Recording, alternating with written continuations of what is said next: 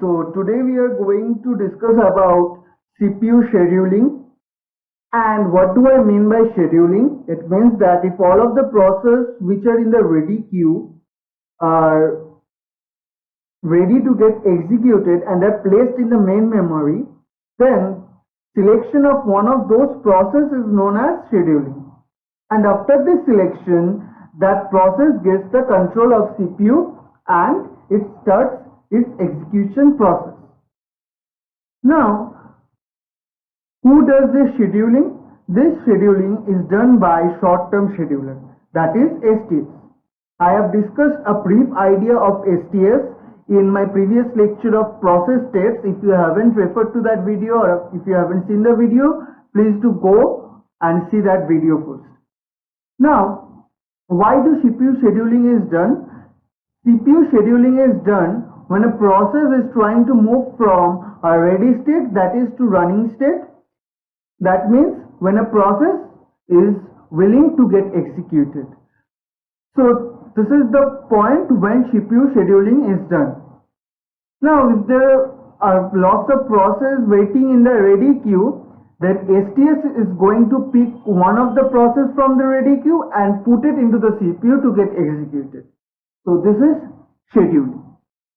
Now CPU scheduling is done when a process moves from, these are the 5 points or 5 transition states when a CPU scheduling is done. That is, when a process is moving from one state to another state, CPU scheduling is done. Now, which state to which state scheduling is done, that we are going to see.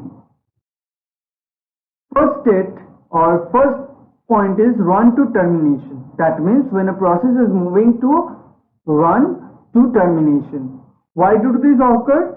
This occurs because when a process has completed its execution, at that point the CPU is idle. It doesn't have any work, so STS is going to pick up one of the process. This is the most common one because it happens most of the time.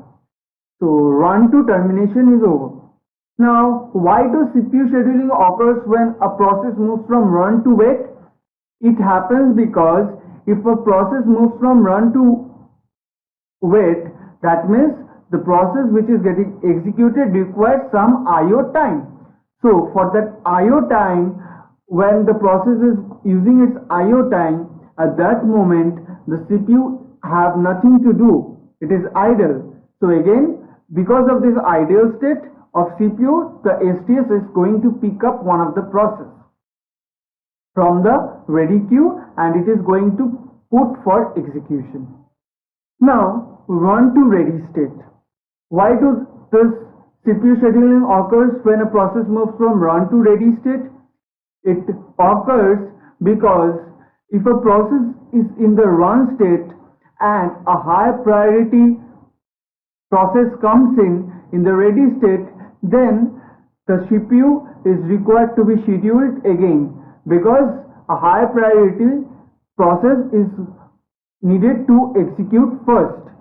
So when a process of lower priority process is in the ready queue and is getting executed, in the meanwhile a process of higher priority comes in, then CPU scheduling is required to be done of the higher priority process.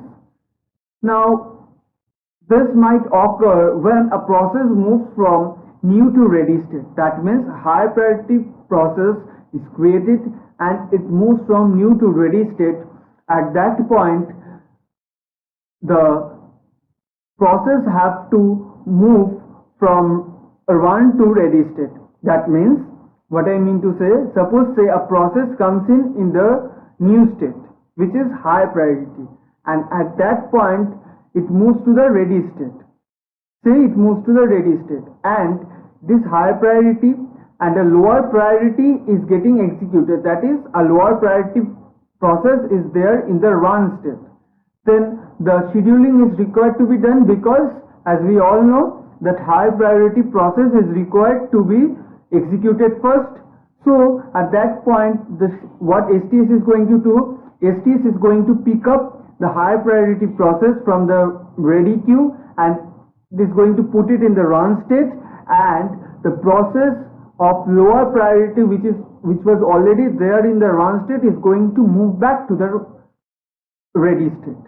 So this is why CPU scheduling occurs when a process moves from run to ready or new to ready. Now, why do CPU scheduling occurs when a process moves from wait to ready? Suppose say a high priority process is getting executed in the ready state. While execution, in the middle of its execution, IO time is required for it to get fully executed. So the process, high priority process, moves from the ready state to the wait block. Now after finishing the wait block, it moves to the ready state. But see this, when a process, as already discussed, when a process moves from run to wait state, the CPU is idle, so the CPU is not going to set, the STS is going to pick another value or another process. So if suppose when the process is picked up, it is a low priority process. Now if the high priority process have completed its IO time and it moves back to the ready state, then this high priority process have to be given high priority only, so it have to be scheduled to the running state. So this happens that the lower priority is going to come back to the ready state, and this high priority is going to the ready state back. Hope this is clear, but if not, I am trying to explain it once again. Suppose say lower priority value comes in. Say a lower priority value process is there and higher priority process is there. Now this higher priority process is getting executed. Now in the middle of its execution, it requires some IO time, so it must move to the wait block. So after moving to the wait block, the CPU is empty, it is not doing any work. So what will STS do? STS is going to pick up another process, and it is going to put it into the CPU, right? So now this process which have been selected, say it's a lower priority process, this LP process is being scheduled. Now after finishing the IO time, this higher priority process is going to move back to the ready state. Now once it moves back to the ready state, and if a lower priority process is getting executed meanwhile, then it's obvious that the higher priority process have to get executed first. So CPU scheduling is required to be done. Why? Because a lower priority process is getting executed. So CPU, what do STS do? STS picks up the higher priority process. This higher priority process is going to get selected, and it is going to put it into the run state, and the lower priority process is going to come back to the ready state.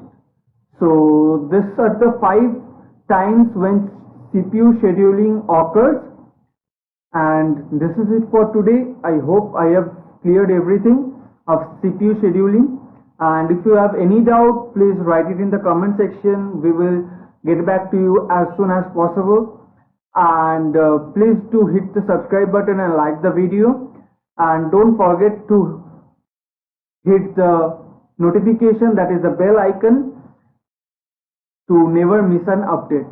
Thank you.